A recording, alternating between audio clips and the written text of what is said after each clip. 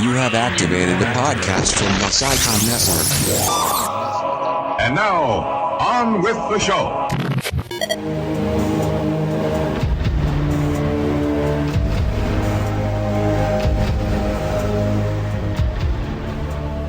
Welcome to Retrograde, the show where we make retro games do... You must construct additional pylons. This is episode number 29, and today we're discussing the PC title Starcraft. My name is Jack Marshall, joined today by James McFadden. Hi. Anthony Hobday. Hello. And Zan Fisher. Hi. Took me by surprise there, because that was first. Yeah, I'm usually first. I don't mind James being first. Fixed it up. I alternate between second and third, but never I'm either second or first. I'm never last. I'm always first. I don't like this change, Jack. Because I'm not going to go, right. I'm here with James McFadden, and I'm Jack Marshall, and I'm Anthony Hobday. It'd just be weird if I go that flow. You could say How at are the we end, and I'm Jack Marshall. I think that would sound classier. You've been on holiday, Anthony. Nice little time. Yeah, but I didn't play any video games. No video games? Didn't Let's take anything, move no on. handhelds away with you? No. No, clearly not. Not a laptop? I did take a laptop, but the internet in the hotel room we were staying in was really bad. The internet on the continent, not so good. Yeah, well, I think it was specifically to do with the It's hotel. Le internet. Yeah. It's not very good. It's the French internet, not the English internet. Internet. Backwards. Nothing gaming to share. I don't think so. It's a good thing you're on a gaming podcast then. That's good. Lizanne? I had a very busy weekend actually, but it all revolved around sport. Oh. Something which I know is alien to all three of you. Go on, Murray. Sorry. Go on, Murray. Score us a goal. But yeah, so obviously Friday, I couldn't watch the Murray game because he didn't start till so late, and Neil had already paid for us to go to the flipping cricket. I can't believe that guy. And so I was going to, be like, yeah, I'll try it. But I hate cricket. Hated it even more. You don't like Sitting there cricket? trying to listen to the tennis and everyone was shouting around me about the cricket. And I'm like, shh, tennis! Anyway. But then Saturday we went to see Brighton play Whitehawk in the football. Oh, dear. I got to meet the Brighton player that I have a massive crush on. He's on my list. Andrea hit Orlandi, number 11 for Brighton, plays on the left wing. Wait, what? He's not his postman. That was weird. And he plays for Brighton. He's huge. He's a brilliant player. We didn't get in the Premiership, did we? No. No. Oh, we were okay. close. We were very, very close. I'll support him when we get in the Premiership. Oh, glory hunter. I like the Wii. Yeah. Anyway, so I got to meet him, which was awesome. And then obviously Sunday was the final when Andy Murray won Wimbles and became English. Wimbles. So, yeah. Sport. Wimbles! But yeah. My barber today, he was very enthusiastic about Andy Murray. Because I'm from Scotland, he kind of assumed a lot of That prior you knew knowledge. him. And it's like, this happens a lot in my life, especially with sports. You'll have a discussion with someone and they'll assume you're far more enthusiastic than you are. And so as to not disappoint them, you will play up to that and you'll start going like, oh yeah, I couldn't believe so-and-so happened. You'll be scrabbling in your mind trying to think of any tiny piece of information that you can sort of say or mention to make them think that you know what you're talking about. Like on the IT crowd when they're like, yeah, Arsenal. Yeah. They just walked it in. Exactly, yeah. Yeah. Definitely. That was awkward. It took me years to get over my social awkwardness. When someone says like, "Oh, do you watch football?" Me, I always just go, "Yeah, I watch a bit of football," and then I realise, what the hell am I doing? I know nothing about football. But I've got quite good at blagging along football now, so not too bad. Just be a man and admit you don't like it. Huh? I do now. Now I go, no, I'm not really into football. More into like karate or something like that. Karate. James, you did anything gaming related? I finished The Last of Us finally. God, that took a long time. Beautiful, amazing, no spoilers. Great, superb, stunning, Did you do it again on transcendental. survival Did it mode? leave you feeling complete? Yes, it did actually. Because I heard that when they tested it, that people didn't like the ending. Oh, that's interesting. No, I thought And the ending, that they were kept it in, supposed to, but they kept it anyway. the ending was very intelligent. I think it was very it was subtle. It was good. Test audiences, though, I hate when they do that. People moaned the test audiences are Titanic. That people actually complained that the boat sank. What? Yeah. There was a thread on Reddit today. They've got to stop looking to Americans to do this thing. There was a thread on Reddit today about there was a film like about McCarthy or something, and the test audience said McCarthy's actor was too over the top, but they just used footage from McCarthy, from filming him. Aside from that, I don't know if you guys heard, but this week Ryan Davis, journalist at Giant Bomb, It's really sad. passed away, which I thought was tragic. I found that to be really sad because if you were sort of following the gaming press or whatever, like even remotely closely, you would have seen his stuff. I mean, I'm not sure exactly, but it's probably the biggest gaming podcast. Yeah, definitely, Giant Bob, I think definitely. It must be. I can't and think of anyone. he was like the you of their podcast. He was the Usher type dude. The difference is, if I pass away, no one's going to get upset. Nobody will care. But you're no Ryan Davis. They'll That's be like, fine. who? Well, we would announce it on this podcast and like commiserate, but then it wouldn't get made without you. So you wouldn't be able to announce it on this No, podcast. it's all right. It's all right. We just Microphones. come and get all the podcast stuff from around his body, like when he's lying there dead. Brilliant. The We just shiny come collect it all. We'd have to and be try and like, find the right places to plug in the leads. Exactly. Hope eventually makes a noise. I think Well, Jack's that's- computer is the only one that can use these microphones. I listened to their podcast. They went up, put out today after it. It's really humble. It's a really nice haven't heard podcast. it. It's actually very sweet. They're kind of talking about him. It's really sweet. Yeah. But I was really ill last week as well. Yeah, you were. You're better But now, though. You may notice I've been drinking out of this quite fancy mug. Do you like? See that? On Saturday I went to a pottery painting class. I know you're thinking, is it from Harrods? No, it's not. This is mine. Look at that. Was I that painted just out of I curiosity? thought. I I thought. guess I can't describe it to listeners, but I mean, it's pretty, I can. pretty happy. Do you want to describe Because that? when Beautiful? I saw the picture you posted on Facebook when I got in, and honestly, I thought it was a mug that you'd painted as a child and you'd only just found again. It does look a bit like a painted on child's Saturday. painting.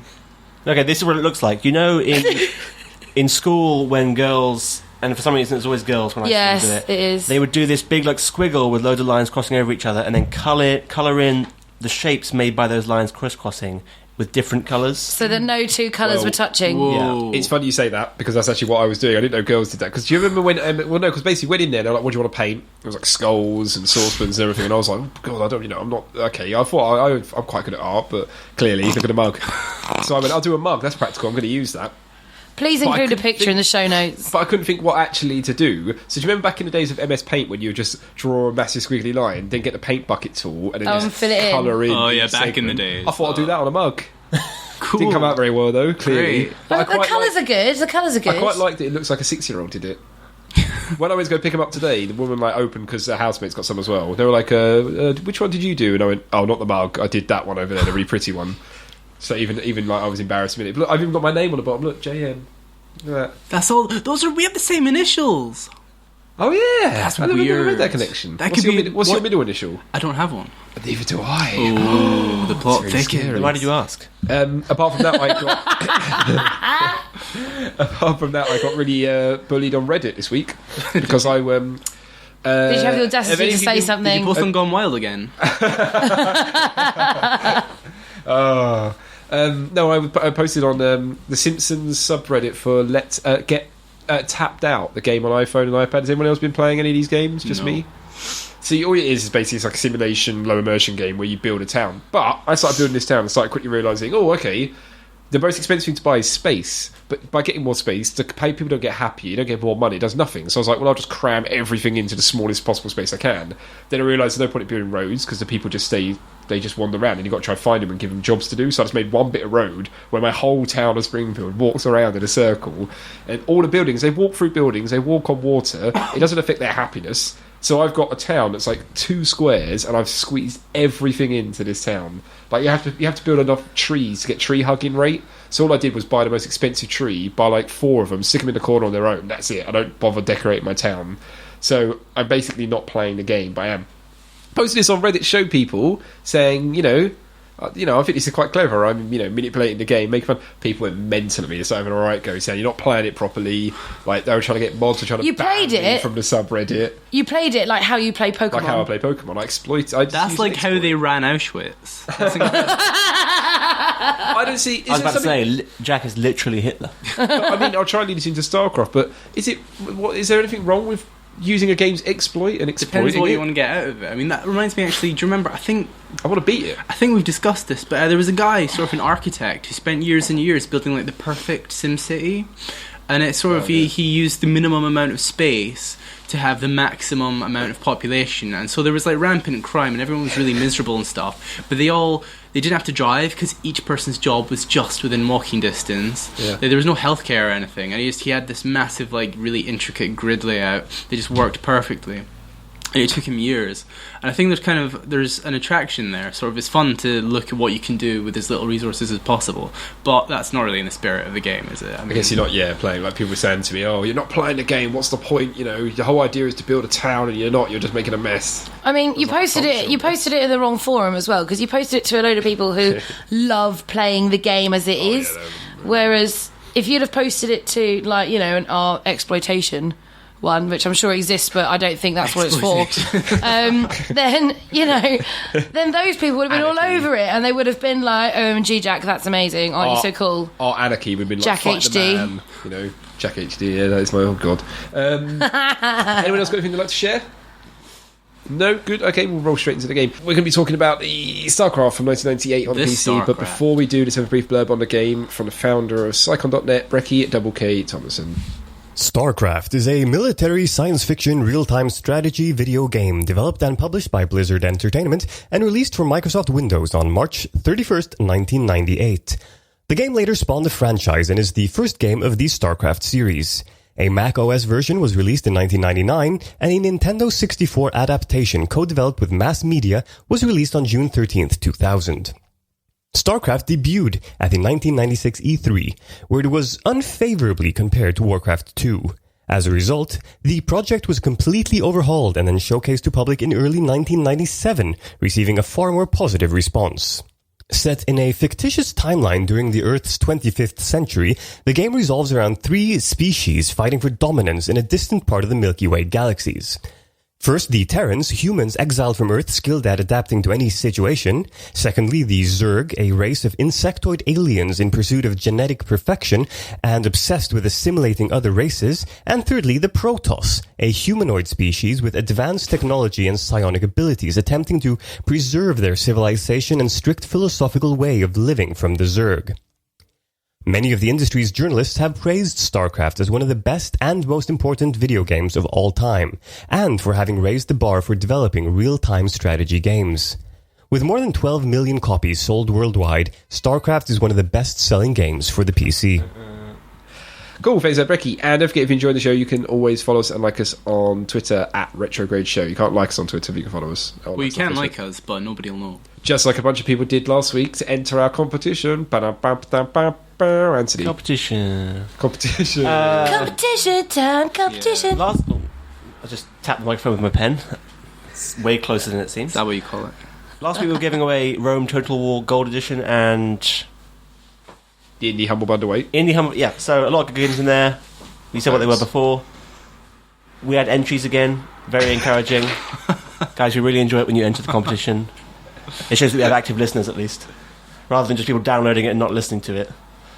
So, yeah, we're giving away those this week or last week, and the winner is the Paul Monahan competition. Don't do that. Oh yeah, no, the new Paul Monahan. I forgot to say, I've got it written down here. Even the new Paul Monahan. This is the Paul Monahan competition. Paul Monahan competition is Craig Davidson. Woo! So he entered in Twitter. He won. You can be the next Paul Monahan if you want to. We're going to send him these games. What's his name? Craig Davidson. Don't do it. Don't do it. Oh, I really wanted to. Don't do it. No, don't even Craig think about Davidson. it. Yes. Okay. Don't even. Okay. Now I get it. So Craig Davidson. Craig David's probably old enough to have a son as well, actually, isn't he? Imagine if he called his son Craig David's yeah, but son. They have the same first name, not the same surname. How would that work? What? They have the same first name. Craig. If Craig David had a No. The surname Davidson came about because he was the son of David. Johnson is the son of John. Johnson is the son of John. But not nowadays. Nowadays. No, but that's how the surname originated centuries ago. Where did McFadden Like my originate? family were Fishers. McFadden, you're a clan. A Fadden is probably a bog or something. The clan from the bog? Mac is a clan. You're saying that my How do you not know this about your own are name? from a bog? Yeah. You're saying that about my people. They're from a bog. There's lots of bogs up there. You I don't know. survived on frogs Jesus Christ. and reeds. Like the Crannogmen from Game of Thrones. But yeah, so that's what I was saying. So Craig David could have called his son Craig David's son. I know more now, but I'm very put out about the things. We'll Google your surname later on in the pub, and I'll tell you the history of your name. I bet but like they my were all family rich used to be wizards. Fishers. They were Fishers. That's why my surname is Fisher. I don't see the connection there. You're winding me up. No. Yes, What? you are. Stop it. My So, surname's Craig Davidson. My surname's Marshall. That's because you used to be a marshal. Your entire family were executed via martial law. They were sky marshals. Maybe. The guys who go on airplanes Exactly. and keep the peace. Anyway, so Craig Davidson is the new Paul Monahan. We're going to contact him on Twitter, let him know, give him his codes. In 2 weeks' time, we're giving away another competition. Yeah. Shut the door.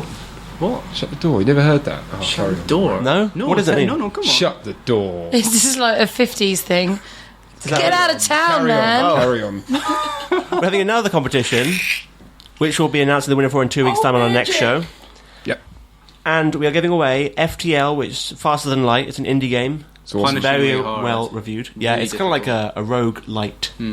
Hey.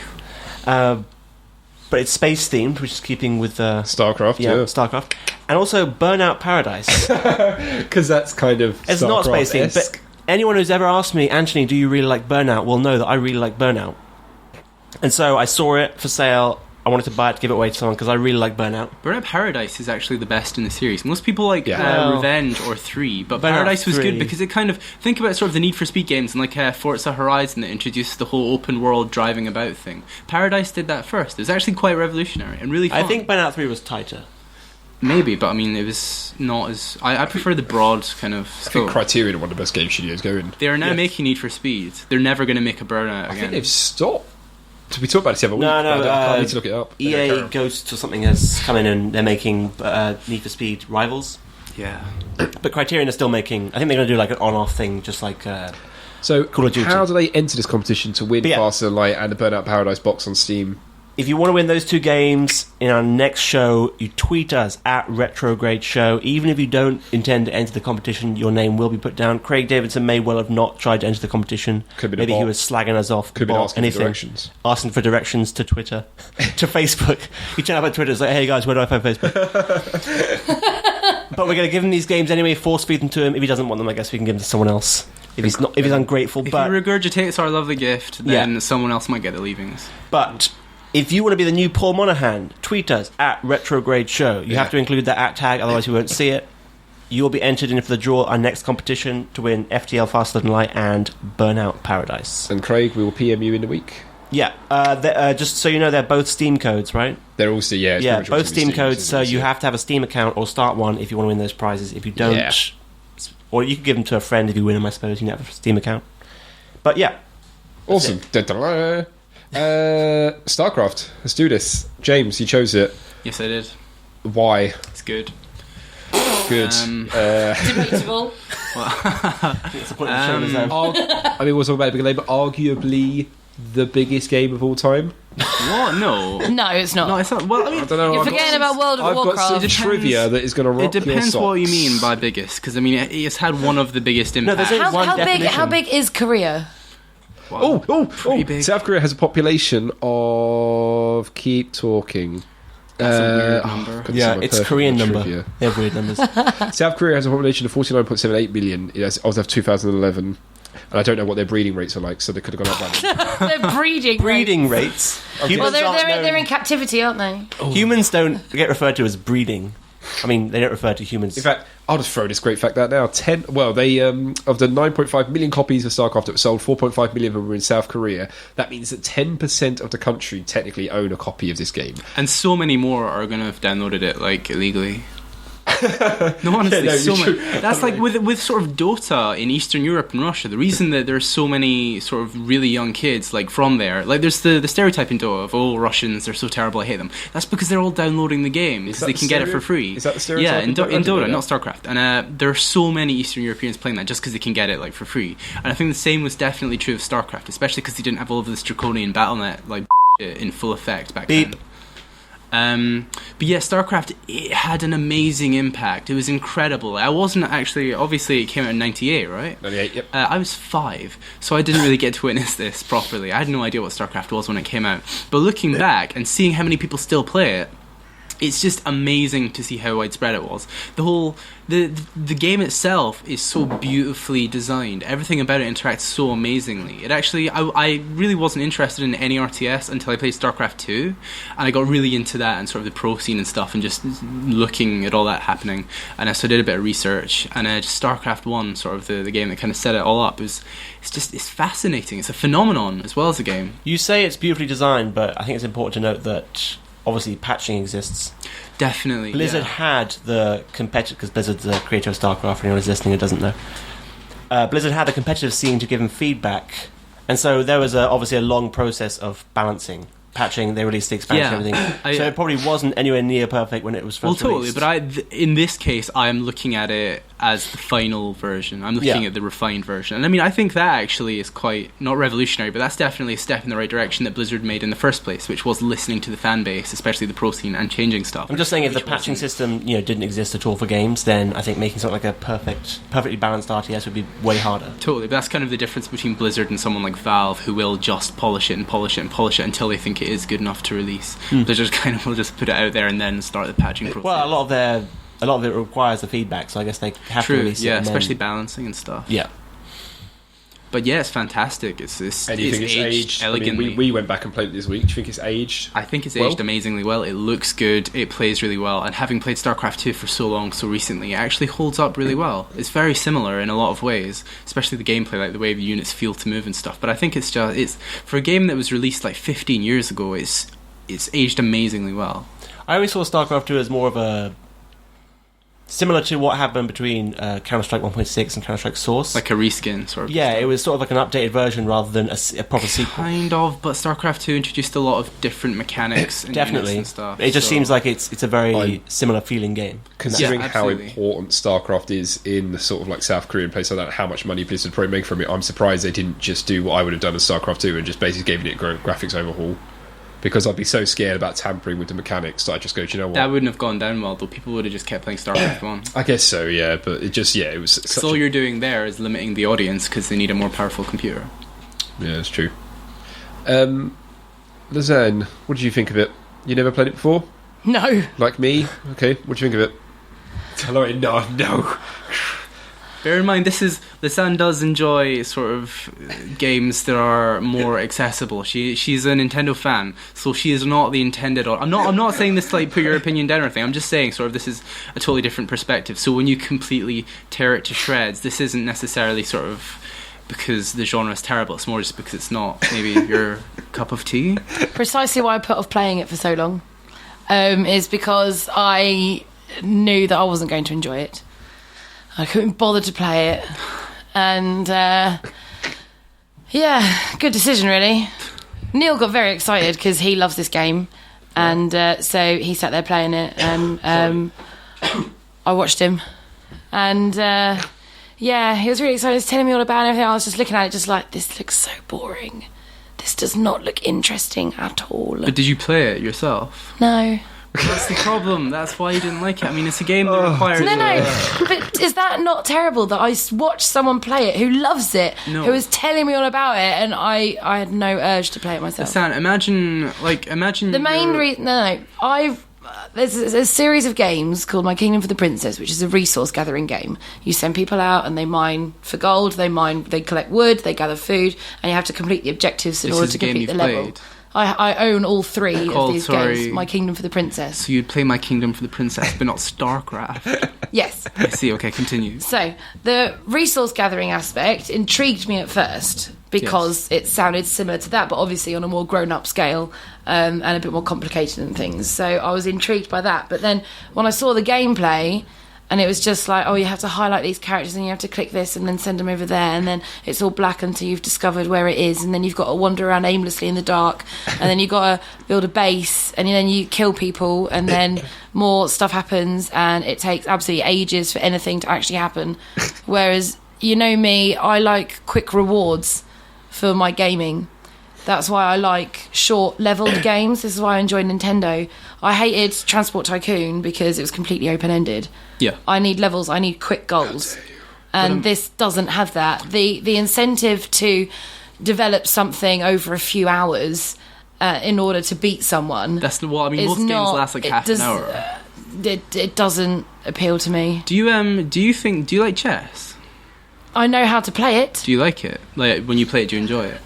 Not really. Can you? Because I'm not good at it. Because I can't think 5 moves ahead like other chess players. Can you imagine, like, people obviously get really into chess tournaments and like the grandmasters and stuff, and people really like to watch those. Oh no, I really respect them doing that. Yeah. Now imagine that you're watching a chess game, but you don't know what any of the pieces do. You have no idea what the aim of the game is. You don't know really what the players are doing, and you're just kind of looking at things happening.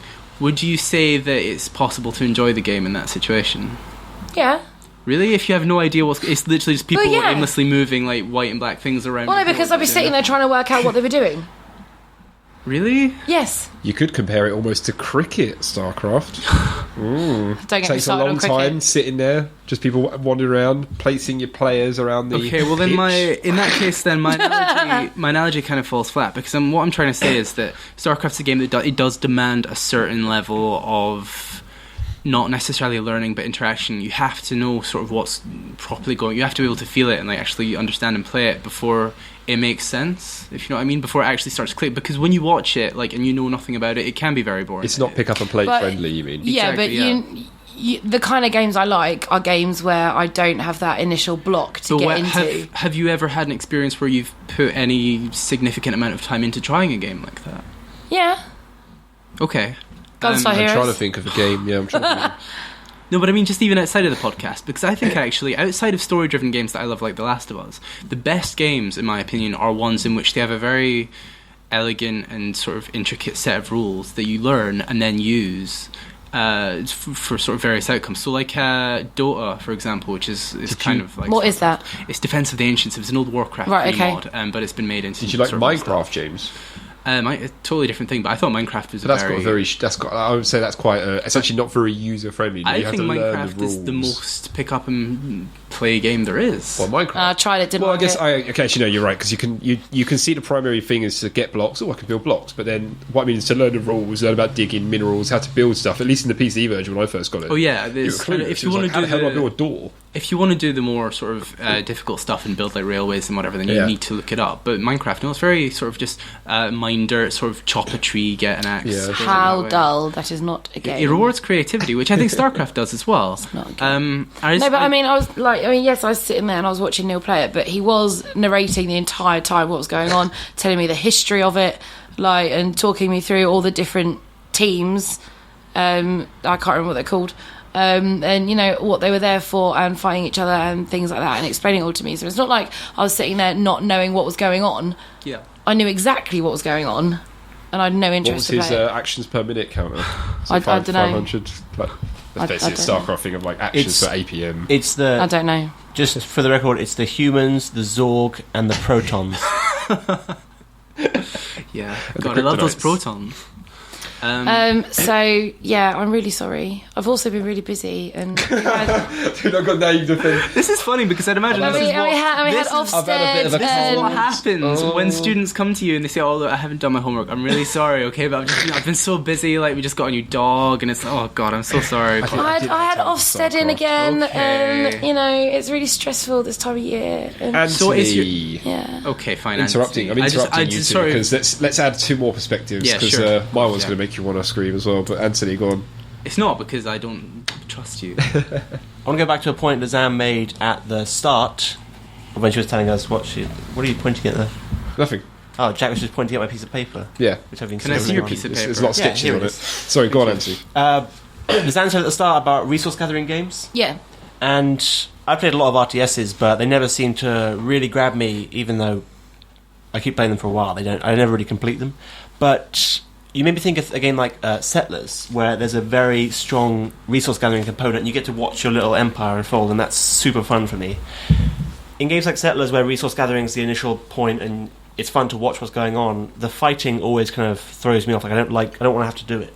Yeah. So the fact that Yeah, that was my thing with this game. yeah, so that reminded me of that, and I can see where you're coming from. Although I suppose, especially in competitive StarCraft, the point of the whole game is fighting because that's the focal. But anyway, my opinion is, when I was young, I was really into Warcraft 2, which was Blizzard's prior game to this, Yeah. and that had Well, coming at StarCraft from the past, before it, Warcraft 2 had basically identical warring factions. They were different skins, and the spells that the spellcaster could use were slightly different. But if you knew one race, you essentially knew the other. It was humans and orcs. Weren't there only two races in Warcraft? Yeah, humans and orcs. But there was like elves along with the humans and goblins along with the orcs, so it's kind of... Oh, really? Yeah, it's basically Warhammer. I see, yeah. I'm pretty sure Blizzard took all their inspiration for their games from Yeah, pretty Warhammer much. and Warhammer 40k, which everyone knows who likes these. Anyway, so I was really into Warcraft 2, so coming to StarCraft from that perspective, it's much more in-depth, because this was one of the first games, I think, that had really different factions, and they're all balanced, because the units in these are all completely different across the three. Coming up from the future, though, StarCraft 2 now exists, and I know when we were playing, because we played some multiplayer games, there were some really frustrating elements, like the lack of the limited control groups. Yeah. Like you select, I think, 16 to a control group. Yeah, something like that. So if you're playing, for example, Zerg, where there's a big emphasis on building a lot of units, you could easily build more than 16 Zerglings or something, and then you'd have to have 2 separate control groups just for Zerglings, and that's just a nightmare for anyone I'm who can't. guessing that was technical, because StarCraft 2 abolished that, like, immediately. Yeah. So I'm guessing it was something to do with, like, pathing or sort of AI or whatever. In the same vein, I found not being able to select, not being a shortcut for selecting idle units. A little bit odd definitely. at first. So I was like, again, fixed in StarCraft 2. That's the sort of thing they put in modern, and this is all the things they realise are inconveniences. Yeah. They put in new stuff, but it kind of bothered me because now I've come from a perspective where I know that stuff does exist, and I wish they'd put it in. It's strange they just couldn't think of that stuff before they... Yeah, but again, because from a design perspective, there's no reason for that, so I'm guessing it was, like, technologically based. Maybe they thought no one would ever need more than 16 Zerglings. Hey, I get that reference. Thank you. I hope our listeners also get the reference. If you do, enter our competition at Retrograde Show. Wait, if I don't, can I still enter the competition at Retrograde we Show? don't No, want you're not allowed. Jesus. Oh, man. So, Also, you are a host, so yeah, definitely if you actually enter the I'm competition... glad you added the ST. yeah, I was going to say, we would have horsed. If you enter the competition and we legitimately chose you with a random number thingy, then people would call us favouritists. Just give each other the competition prizes. And this week's winner was Jack. Well done, Jack. We'll contact you on Twitter. Go on, Anthony, what do you think of StarCraft? Okay, so it's obviously very well balanced coming from Warcraft 2. It's got a lot of technical limitations coming from StarCraft 2. But I like it. I used to watch StarCraft 1 competitive games before I switched to Who was your StarCraft favourite? 2 competitive games. Who did you like? Well, I didn't really get into the scene as much because most of the games I watched, they didn't really have an English commentary scene back then. It was all people taking Korean commentary and just voicing over I it, see, yeah. which wasn't as good because the English commentators couldn't move around the map themselves. They had to just rely on what they... Tasteless was still doing stuff though, wasn't he? He was like, didn't they have him there, like doing Was the he? English commentary? Yeah, I'm pretty sure. Oh, I know he does that for StarCraft 2. What, so I watched. the commentators could control the camera? It Was wasn't. they do in StarCraft 2. Oh, okay. So they StarCraft didn't 1, have there to wasn't- watch what the player was viewing. Oh, no, the commentator, the commentator has his own control of the map, so he can Oh, I jump see. around. So he's a spectator. Oh, They, I they do didn't realise show they you did that. in Okay. competitive matches. They do often show you the player's perspective, to Yeah. show like how they're doing things. It's usually really jerky. And, like, Yeah, because they're shit jumping all around over so the quickly they know what they're doing. So I did watch a few, competitive matches, and that was really fun. And I moved on to StarCraft 2, and that's even more fun because it's easy to get into with English commentators that can tell you what's going on. But I like how balanced this game is, like James was saying. There's a lot of effort went into it. Compared to Warcraft 2, it's a huge step up in terms of competitive possibilities. So I guess my main interest is competitively. I think that's most people's main interest. Yeah. Not many people these. If it was just for the campaign, it wouldn't really have been remembered. I don't think. No, the campaign was definitely. It's It fun. was good, but I don't think RTS campaigns are really anything to write home about. Yeah. Especially since my parents wouldn't really understand the letter. I never played it. Had you finished your point, Anthony? I think so. Yeah, I didn't know where I was going with any of that. I know, I was going to say. I haven't got notes this time. I just Going like back to and playing it now, I mean, do you still regularly play it, or was this the first time you played it in about 10 years? When I signed up for Battle.net and I put in my StarCraft key because I used to own it on CD back when I bought random games I didn't really want to play, and I played it for a bit then and got a little bit into the campaign, but I don't know, a lot of RTS campaigns don't interest me because they get artificially hard. I just want to build lots of units and destroy a base, and it's all like, go into this compound with a limited number of units and destroy these guys, and if any of your units die you can't rebuild them, even though the point of this game is building bases. Yeah. So that kind of gets frustrating. So I think the competitive side of it is a much better thing to focus on if you're interested in the game. but it's hard. Totally. There's a huge skill, really high skill ceiling on this game and other games like it. So it's, if you want to get into it, it's pretty much impossible these days. Yeah, especially like actual multiplayer. Like the only people playing it now are like really good Koreans. Yeah, the three of us, Jack, James, and I played multiplayer, and I had a lot of fun with you guys. But that's because we're all at a similar skill level. Well, wait, we're talking about here. I wasn't. I've never played it before. We'll get on to James's dirty techniques. You did better than Anthony, actually, because he got screwed over. Yeah, you had like dragoons. I think you attacked him quite early, but yeah, I did. It was the other dude. Do you remember? We were on the same team. I'd never played StarCraft. Okay, so I'm learning the ropes, Lizanne. I'll tell you this, because I'm learning the ropes. I'm sitting there enjoying myself. James sends over some invisible dudes who just go ahead and slay my whole team, and I didn't even know about them. They're like, you should have built pylons that can detect them or something. It's like, what? I don't even know what this is. Typical. Filthy. Didn't think I'll go easy. That's the equivalent in like Mario Kart. That's typical, James. Sneaking in the middle of the night and just attacking. For anyone's reference, about half an hour into the match, I built like 2 Dark Templars and just A-clicked them into Jack's base. And that's what. And I had my little drones trying to attack him. I was like, drop your diamonds, go get that guy. And they didn't do anything. They just stood there waving their arms around. Rubbish. Is that the only thing you took away from the game? I never played it before. I don't know why I never played it before, actually, considering it's a very... I think this might be, and this is going to be shocking, the first ever Blizzard game I've played. That is quite shocking to me. Yeah. You mean before this? Before we did this Before episode, this, I don't think I've ever played a Blizzard game. You ever played World of Warcraft? You didn't play World of Warcraft? I think maybe... Even I've played World of Warcraft. That's the Old Republic? Was that Blizzard? No, it was BioWare. No? Yeah, no, I don't think I've played a Blizzard game. I never played Warcraft. That's bizarre. I know. I was thinking about it, but then again, I mean, what... Name some Blizzard products apart from... Well, they're all RTSs except for World of Warcraft. Oh, and they made... Lost Vikings. Lost Vikings. Oh, okay, there you go. I played Lost Vikings. That was probably the only one. Yeah, that's the only one I've played. But so no, I was actually quite excited playing, and honestly, I actually really enjoyed it. I really liked it. However, I think it's a really good game. I can see why it's really into it, and I'll have to try and explain as well. But when I was growing up, I didn't play StarCraft. I played Age of Empires. Yeah, that was my game, and how can I say this right? I was surprised when we started playing StarCraft. The first thing that surprised me was the fact that your minerals are just right there next to your base. They're just there. Yeah. And so resource gathering isn't really something you had to kind of like... For example, Age of Empires, you had to look for gold, rock, wood... I can't remember what the other thing was. So where you built your home base and stuff, you had to think about it because you had to have woods nearby, you had to have all that stuff. Yeah. Where StarCraft, it was just straight there. It feels like StarCraft really focused on on more the actual, I guess, battling. It's kind of hard to explain. It's like Age of Empires was much more about evolution and learning and studying and researching and structuring and things like that. Yeah. And looking after your base. Whereas StarCraft does feel almost more... It's more aggressive. But actually, when you think about it, StarCraft is about all of those things because the minerals are there, but the rate of production of workers is sort of your input on the economy. And the technology tree that you choose is kind of like the research and stuff. And really, it's quite a similar thing. It's just very streamlined and made so that things happen more often. I don't want to say this word, but for some reason, it made, and that's probably quite so, but it made StarCraft feel more simple.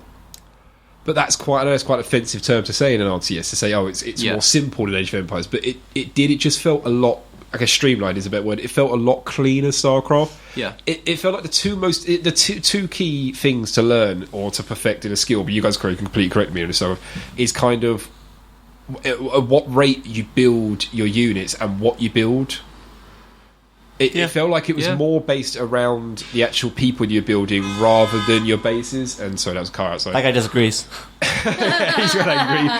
I don't know, it's hard to explain, but it was kind of like I was surprised how aggressive StarCraft felt. Like, we started playing, and within like half hour, you guys were sending units to attack me. Whereas I remember playing Age of Empires games that could take 3 hours, and I hadn't even sent anyone off. Jack, you and I were meant to be allied against Jack. So I wasn't sending units to attack you. I sent over my overlord, and you started shooting him. But no, I guess StarCraft. No, I really enjoyed it. There were a few, like you said, there was little functional things that have been perfected over the years of real-time strategy games. But I wouldn't go back and play. Maybe I'm just stuck in my ways, but I did enjoy Age of Empires more than this, and I was really struggling to work out why. And I guess it does just feel like StarCraft is more. I can't think of better words than say just aggressive. Yeah, totally. It's very rage-inducing because you feel very emotionally invested. You're always sort of working at your maximum rate, whatever that is. You're always investing as much energy as you have to give. And then when you get crushed like 12 minutes later, it's very I stressful. forget. does Age of Empires have victory conditions other than kill the other army? You can do things that you can capture, I can't think what I used to call them, but like relics, I think, around the map, stuff like that. And there were times where age, was that one of the? I think there was get to a certain age first, things like that. Because if that's the case, all about attacking. Yeah, that's the case, and that shows the design principle. In Starcraft, you have to destroy the other person's base. With Age of Empires as well, in terms of what units you made, it was just basically the stronger the unit, the better. It was just like, a chariot had 100 health while a man only had 5. I'm sure they still had the... Whereas StarCraft felt like... Rock, paper, scissors? The StarCraft felt more like the units were more... almost kind of like Advance Wars, where certain units were stronger against other certain units. And it was I'd much say more like a game of... rock, paper, scissors. Yeah, well, it's actually, Jack, it's like a rock, paper, scissors. Yeah.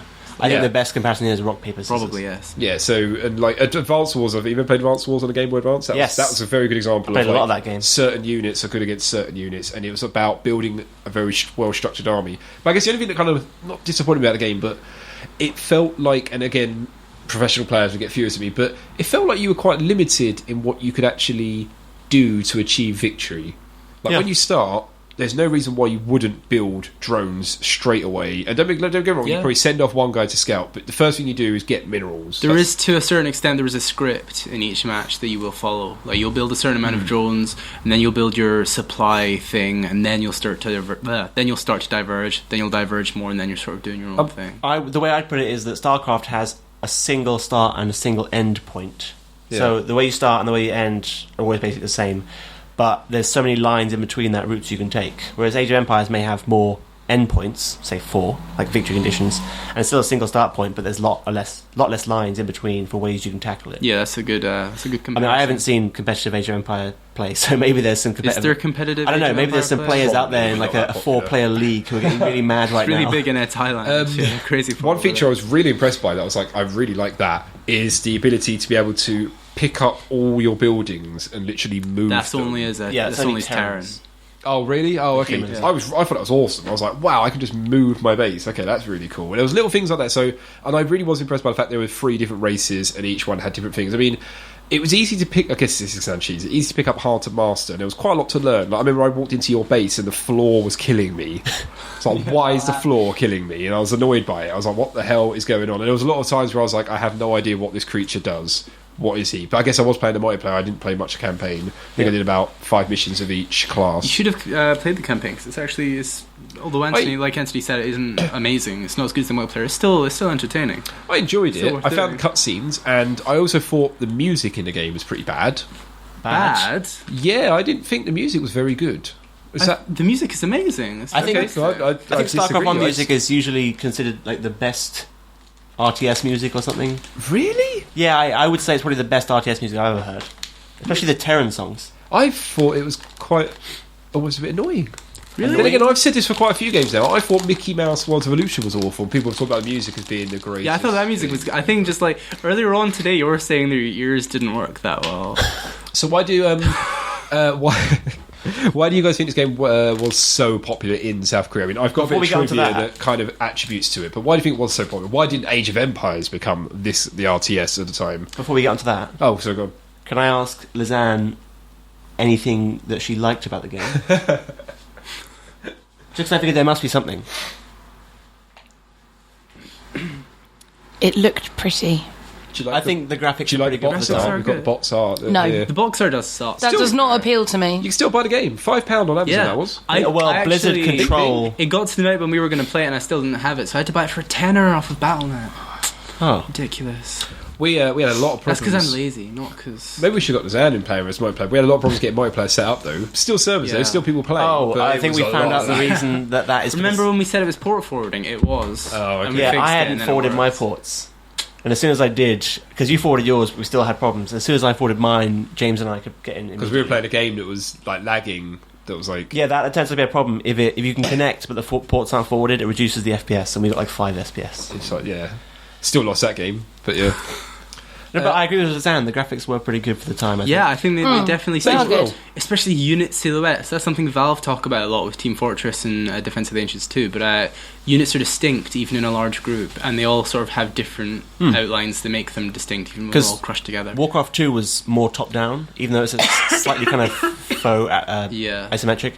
But the original alpha builds of StarCraft was still that top-down view. Yeah, I remember, and that was god-awful. So they switched over, and I'm wondering, I don't know when Red Alert was released, but that was isometric. A little bit of trivia, when they showed StarCraft at E3 96, I think it was, a lot of the criticisms from magazines and people playing it was far too similar to Warcraft 2, and they changed. They completely overhauled it apparently to make it a StarCraft game. Well, because I know Command & Conquer Tiberian's Sun, I think was the third one. That went isometric.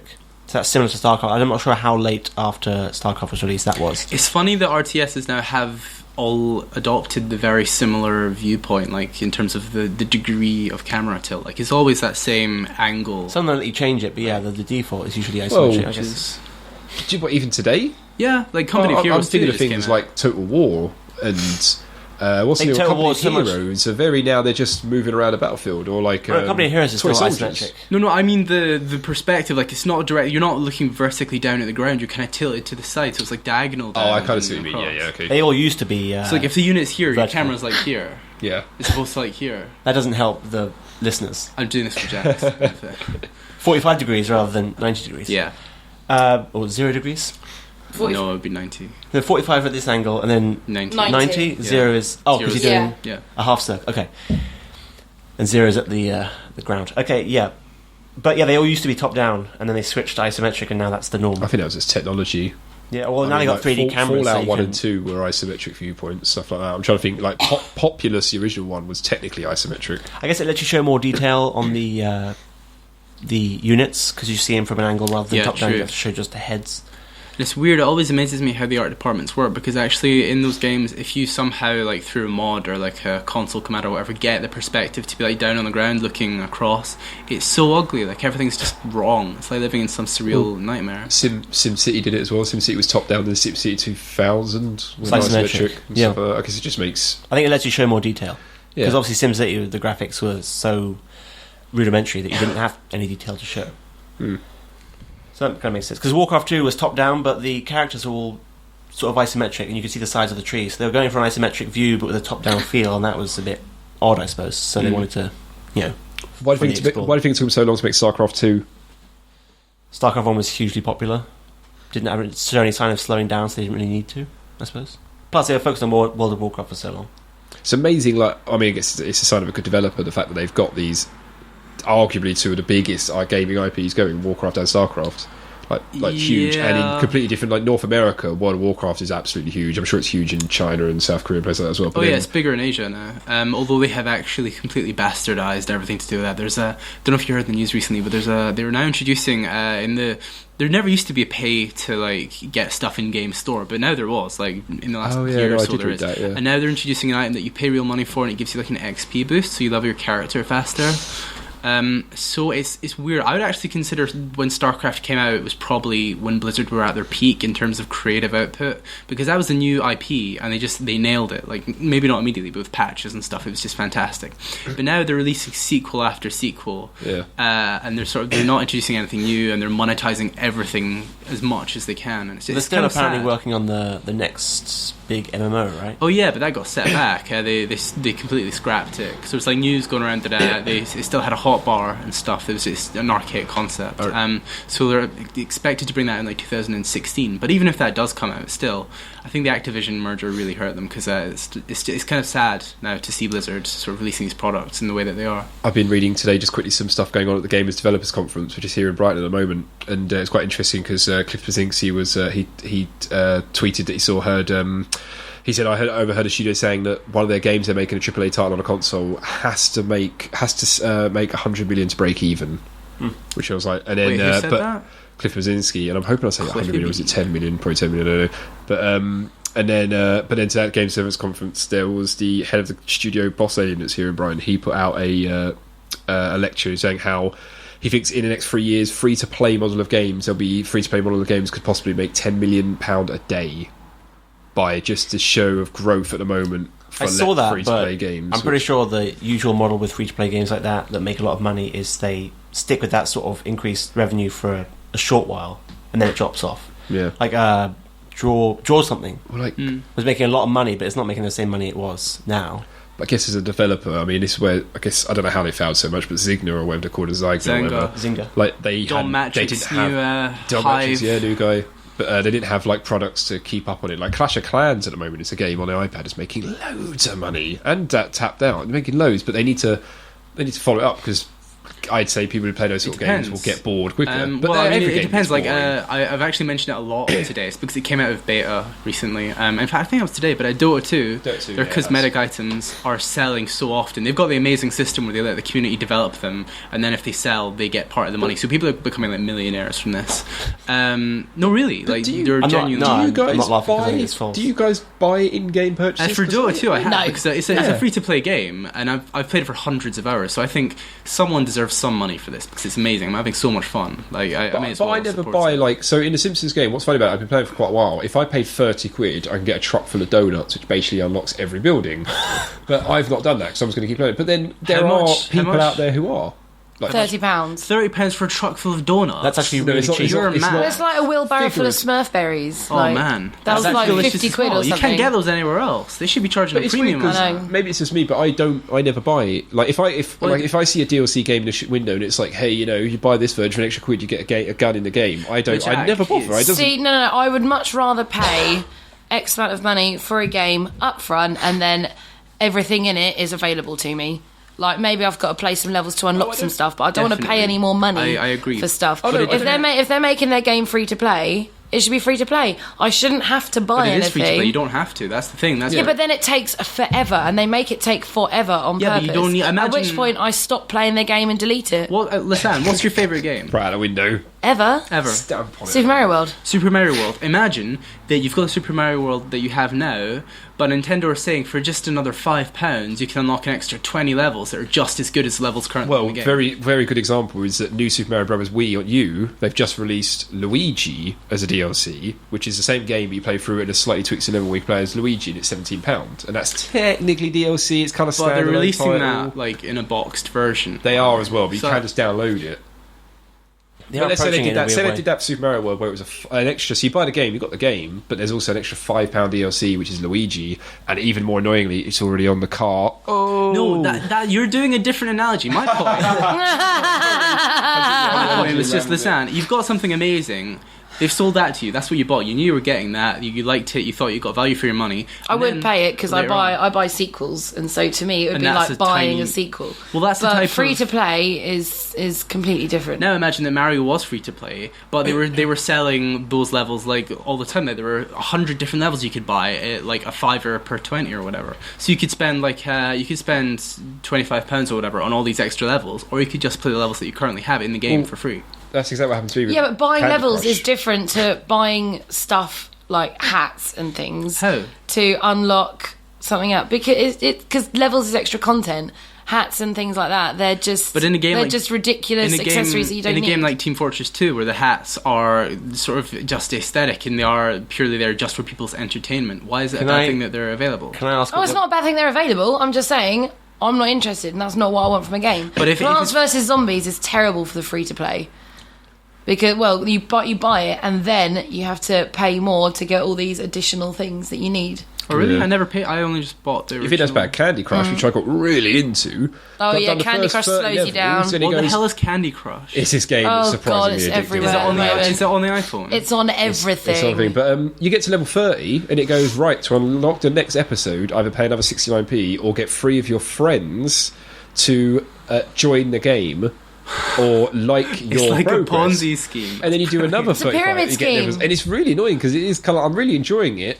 But when I bought the game, and I think this is what maybe what Lisanne's saying, I wasn't told up front I was only going to get 30 levels. Yeah. I downloaded the game expecting to get 250. Well, that's which a is different. bad. That's a different issue. That's that's misrepresenting what the product is. But that is bad. But then I guess it's pretty. To be honest, I probably didn't read the small print. It probably did say get 35 levels. Yeah, no one reads a small For print. free. I think DLC is actually a modern. It's quite innovative in a lot of ways. There obviously are massive cash grabs, and people like Zynga definitely are doing it that way. But people like Valve, they are just increasing the longevity and adding more sort of excitement and character to the game that is optional. And it's like it's just extra. It's not. They're not reaching into your wallet. Bottom line is it works. It's making a lot of money. Yeah. It is making a lot. If I was a of game money, developer, definitely. I'd do exactly the same thing. Go on, Anthony. Of course, Starcraft came out in a time when free-to-play and DLC weren't a thing, and you had to buy the expansion pack, which was still a thing then. Expansion packs, they were big. I miss expansion packs. Brood Expansion War. packs are still happening. Love it. Because Brood War increased the content of the game, Yeah. well, especially for competitive play, dramatically. Yeah, It definitely. also had its own campaign, but that's not as interesting.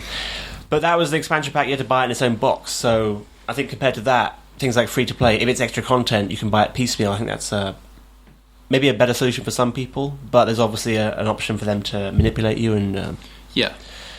so I don't know if I prefer expansion packs to. I guess the new Luigi U is expansion pack, really. If they're selling it in its own box. Yeah, don't- from everything I've seen, it does actually look like a new sort of standard. and you can also download it. It's a standalone. You don't need the original game to play it. Oh, you don't? Yeah, so I think it's okay. And I mean, yeah, there's times where DLC's been fine. Like Fallout 3's DLC was fantastic. Every 3 months a new bit comes out, and I'm like, ooh, lovely. I thought a lot of the Fallout 3 DLC was pretty bad, actually. Well, I mean, it was bad, but I mean, the method of how they did it, Oh, and right, distributed it, I was okay with. They were like, yeah, they're still working on it. Skyrim as well. They're was pre-production quite- of the next yeah. game, so the designers and artists are just knocking up stuff in their spare time. Starcraft reviewed 88% on Metacritic from reviews back in the actual day, and 8.4 on IMDb after 2,000 votes from the public. Not bad, pretty good. And what's the socio-economic split on those? The what? The socio-economic split? Oh, I didn't actually get that, sir. No, I didn't really want to know. I was just joking. I could have You're got ready. Would you like to hear some trivia? No, because I have something to say before you do Oh, that. sorry, go on. Trivia closed. Sort of a big part of... Sorry, go on. That was good. A big part of games like this for me is sort of the meta game, sort of the game around the game or the game beyond the game. And part of that's the pro scene, like sort of watching games, and part of that's the content that people are making around it. And one of the biggest factors in StarCraft 2 and sort of StarCraft 1 for a lot of people, one of the biggest factors for enjoying that was a guy called Day9. And this is a guy who would just make every day. I know him. He would make a video about StarCraft, looking at strategies, sort of looking at various games, commentating them, Has he analysing branched them. out now into just doing general YouTube videos? Sometimes, Yeah, but he sorry, focuses yeah. on Go on, sorry, go on. StarCraft. And basically his whole shtick, his mantra is how to be a better gamer. And when I was first getting into StarCraft 2, I watched his daily every day, every time it was on I watched it. And this is more about him actually, because he's a really interesting character. And if you're interested sort of in the game and sort of the culture surrounding it, listen to Day9's Daily Number 100, because in that he talks about sort of his life and his brother's life. They were both sort of involved in the pro scene. And he just discusses sort of what it was like to be so heavily involved in that, and actually gives a really good perspective, and is very interesting even outside of the game, just as a piece of I think sort I've of, watched that. a piece of film. It's really good, so you should check it out. And Day9 in general is fantastic. He's really intelligent and funny. So This explains your Day9 t-shirt you're wearing right now. yeah, that guy, With a heart around his face. and his address in my pocket. Did anyone else have any more points before I go into my trivia? I'm not wearing a Day9 t-shirt. I'm wearing a lovely. It's a lovely green shirt, actually. For some reason, I know him from music recommendations, but I don't know why. Maybe. I thought we had a music of today or something. I'm completely wrong with someone else. Oh no, wait, that was Coolio. Yeah, sorry. You ready for some trivia? I didn't know trivia was a thing you opened and could close. Closed. Because you Okay, always say go on. trivia, then you're like, trivia closed. I just said denied. I need more minerals. It's like Pandora's box. Does anyone actually have any trivia about StarCraft I'd like to share before I start saying about it? No. I'll throw some facts at you, because this was easy. Trivia on this game was great. Easter eggs. A lot of the voices were based on things like, for some reason, the science vessel sounds like Mr. Burns from The Simpsons. Even people have gone so far as to say it was actually Harry Shearer, which is rubbish. It's not Harry Shearer who's actually done the voice, who just turned up for one day to do the space vessel in StarCraft. Other units, a lot of funny lines going in there. For example, the science vessel says "ship out of danger," which was quoted in Spock in Star Trek 2. All of the dialogue from dropship units is from the movies, except for one line, which is "Would you like fries with that?"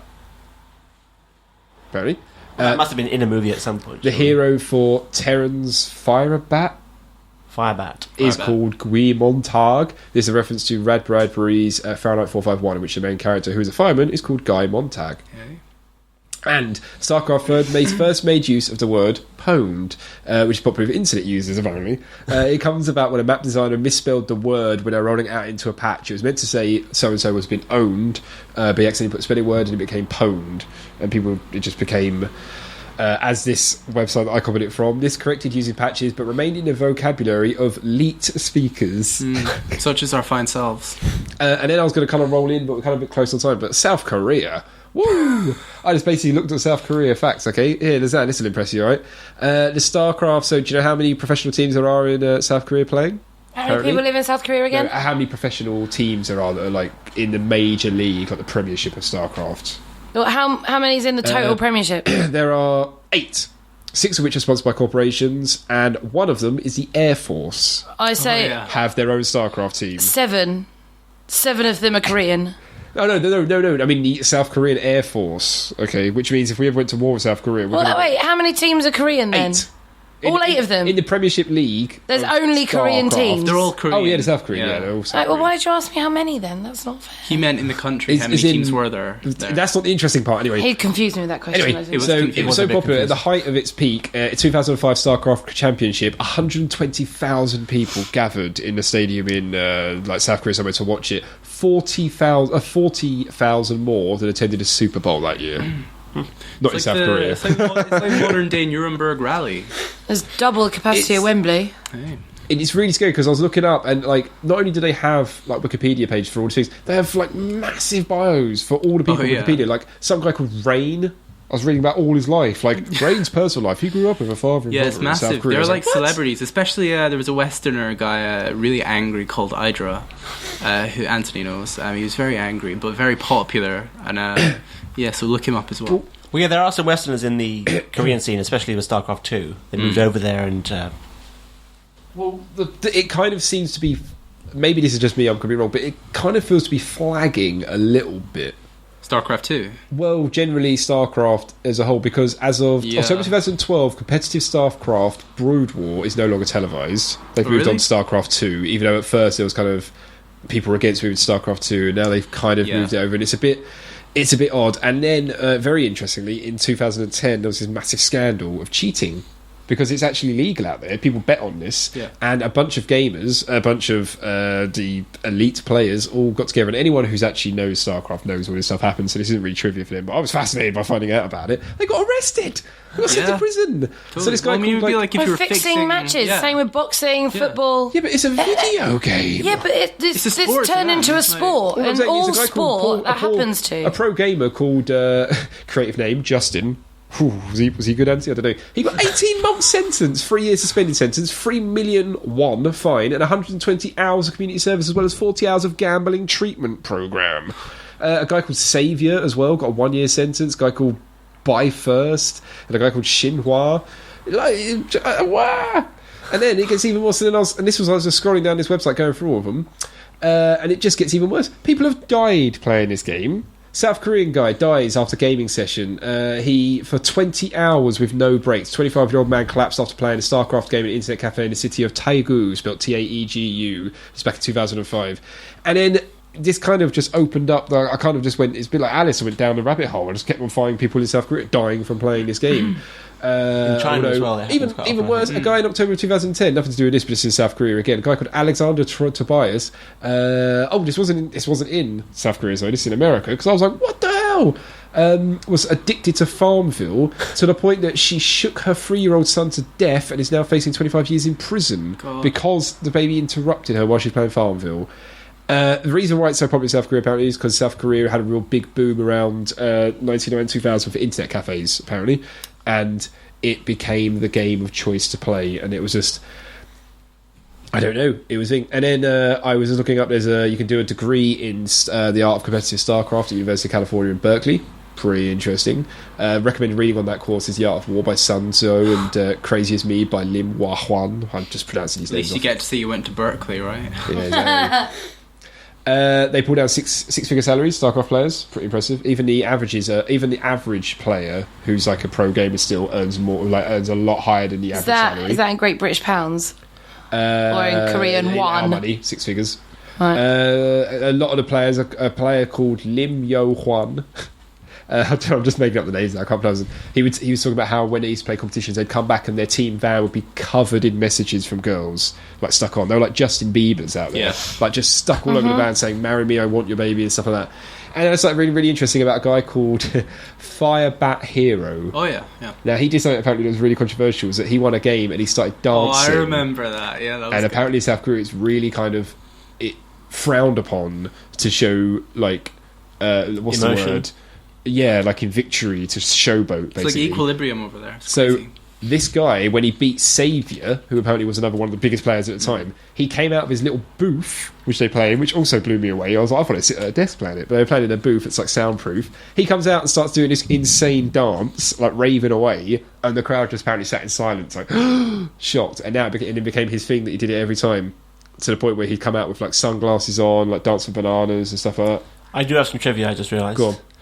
As far as I know, one of the major changes between StarCraft 1 and StarCraft 2 competitively was that StarCraft 1, Blizzard didn't get any money essentially from competitive StarCraft 1 in Korea. Like, they didn't have any fingers in that pie. They might have got extra like royalties or something, but I think in StarCraft 2 they, because it all goes through Battle.net now and it has to, they mandated that they get a cut of the proceeds, I think.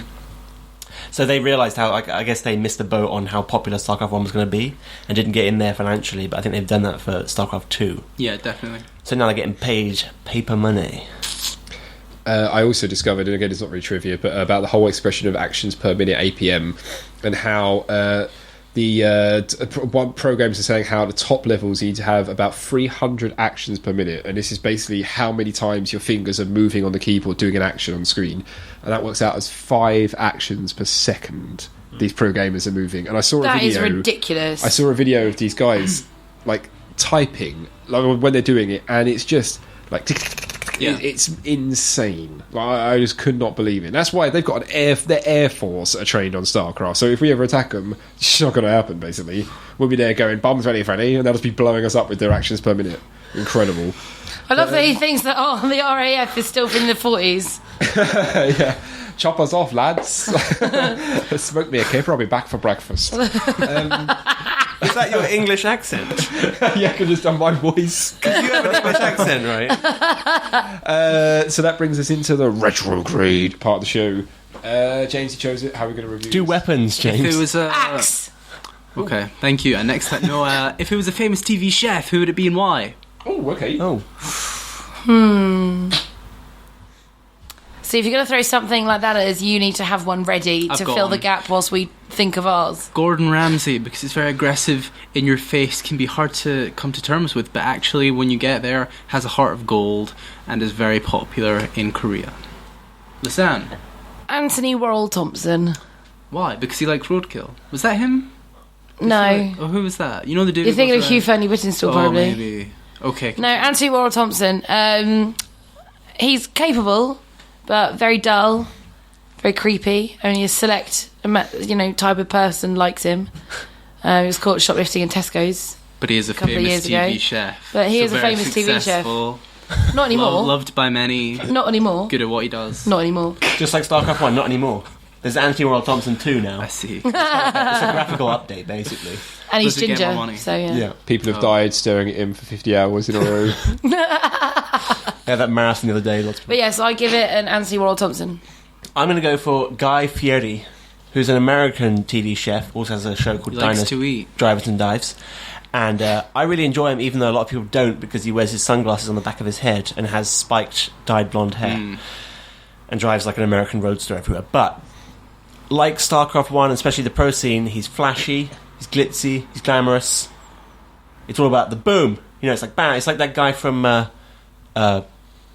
Futurama who kicks it up a notch and then says bam after he does it. Althazar or something. Yeah.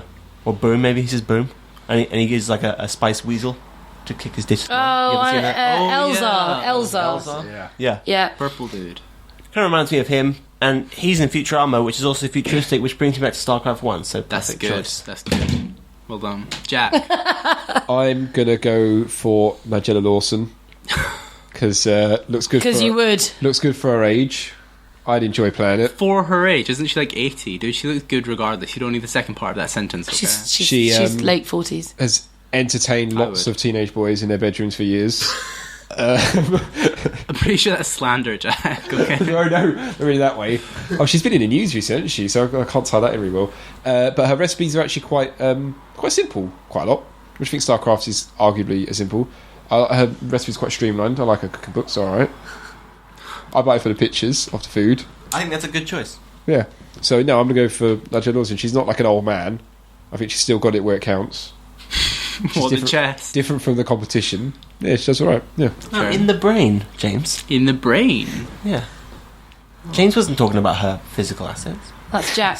She's bloody good chef. She can cook dinner for me. She probably wouldn't though, would she? Yeah, so that was good. That was a good game. Well done, Starcraft, everyone. Hooray. Well done, us. Hey. Thanks for listening. If you enjoyed the show, you can visit our website at retrogadeshow.com to find a back catalogue of all our Wait, what are we doing episodes. next? That's coming up. Hold your Oh, no, horses. normally You does can that find after. us on Twitter at Retrograde Show, Sorry. which is you can also use to enter our competition this week, where you can win FTL, Faster Than Light, and also Burnout Paradise. Remember, you have to tweet us at Retrograde It's Show. weird Retrograde Show. that they've got the initials then the game's name. Otherwise, you wouldn't know what the game is. Faster than light, faster than light. It's like ATM machine. And Yeah. if you enjoy the show, please take time and write a review on iTunes. Every reviewer for us on iTunes gets a free Retrograde badge. We're going to be back in 2 weeks. With the big one, Ocarina of Time. I started the show by saying that StarCraft is one of the biggest games of all time. I was wrong. Ocarina of Time is the biggest game of all time. Is it okay if I play it again on my 3DS, No. or do you want me to play it on an N64? Actually, since you've played on your 3DS, it would be nice if you tried to get it on the N64. Well, Neil's got it, it's fine. Neil had Yeah, it. well, maybe just for fun, for kicks. So The wait. Legend of Zelda, Ocarina of Time on the N64. Oh, everybody loves it, yeah. Before we talk about that, Next episode in a nutshell. before we talk about that, can I I just have ask? criticisms. Yeah. You said StarCraft is arguably one of the biggest games of all time, and you never explained why. I guess because... Was it just because people in South Korea like because it? it's a weird one. It's just had such a broad-reaching impact on so many places. In South Korea? In South Korea, but generally in everywhere. Like general. World of Warcraft. It started esports. Without StarCraft, there is no League of Legends sort of tournaments. There's no Dota 2 tournaments, no Counter-Strike, sort of... I'm just saying, I'm pretty sure I'd only consider it the biggest game ever in South Korea. It's a really weird one. It's what I'd say it's probably one of the biggest games ever that actually not many people have probably heard of. I know it sounds stupid. Okay, now you've lost me as well. And I was on your side. I guess influential, maybe I should say influential games. Yeah, of all time. okay. Whereas Okay. in The Legend of Zelda Ocarina of Time, it's probably, I wouldn't say it's one of the biggest games of all time, it's probably easily one of the best I think reviewed if games you look at of all Metacritic, time. isn't that the best reviewed game I think of it's all time? 99%. Which is Well, Ocarina. Yeah, Yeah. that's crazy. That's crazy. Well, save it for next episode, big man. Big man. Which will be in 2 weeks' time, so make sure you listen. And that's goodbye from me, Jack Marshall. Goodbye from Anthony Hobday. Goodbye. Goodbye from Zan Fisher. Bye. And goodbye from James McFadden. Give blood. All right, then.